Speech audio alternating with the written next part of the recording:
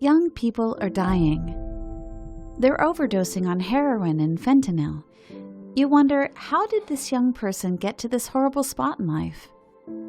Let's turn back the clock.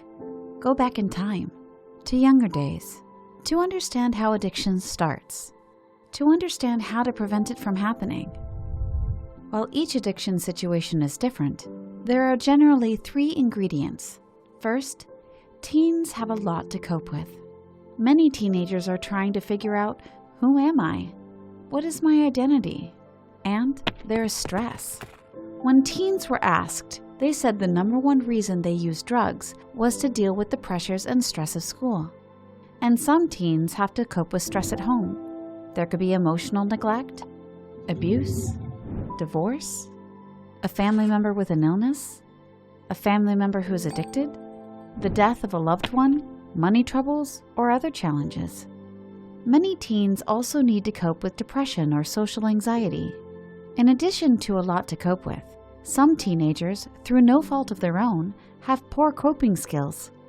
Maybe their parent or parents have been caught up in their work or other family crises and do not even realize that their teenage child needs help.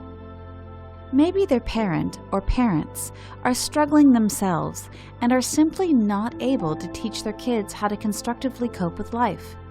And teens who experience day-to-day depression or social anxiety may develop an unwarranted negative self-image. This can make it tougher to cope.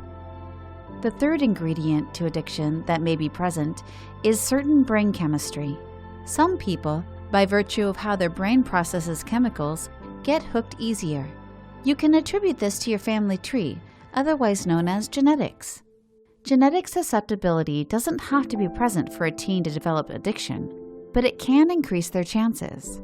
All 3 of these pieces do not have to be present for addiction to happen. Any one piece, if strong enough, can lead a teen down the addiction path. So how does addiction start? Here's what happens. A teen has a lot to cope with and poor coping skills. They try alcohol and drugs. Maybe their brain chemistry causes them to be more susceptible. The teen's brain learns that, at least in the short term, the alcohol or drugs gives them a way to temporarily neglect or forget the stresses in their life, which is a flawed way of coping. That can become their identity. The party friend who is willing to try anything, or the friend who can get you drugs. It might give them a way to fit in socially and have fun. It might help them for a moment forget about their stress. The teen starts using alcohol or drugs more frequently. This is where things come apart. Repeated use does 3 things.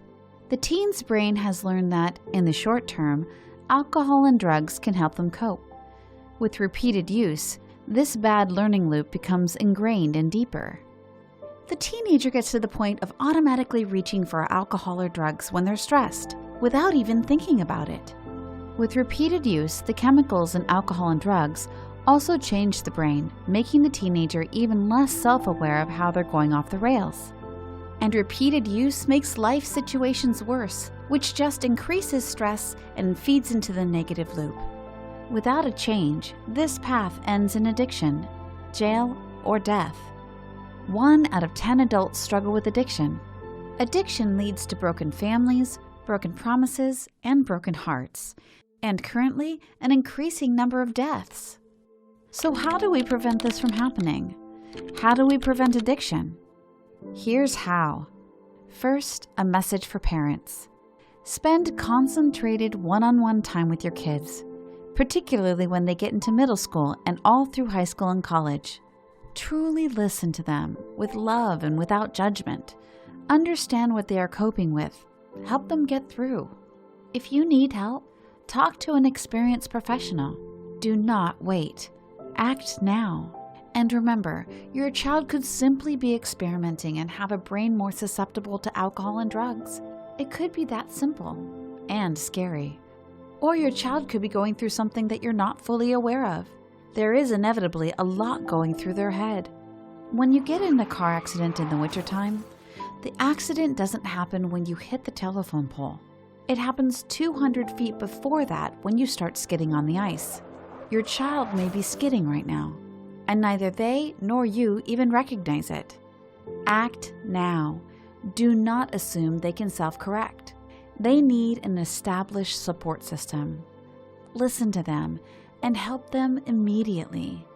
Now, a message for teenagers. You are not alone.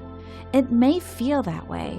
Who else could be going through this or having these thoughts? But whatever you're experiencing, many others have experienced this too, and they've come out happy on the other end. Do not take on the identity of the party friend. It will kill you.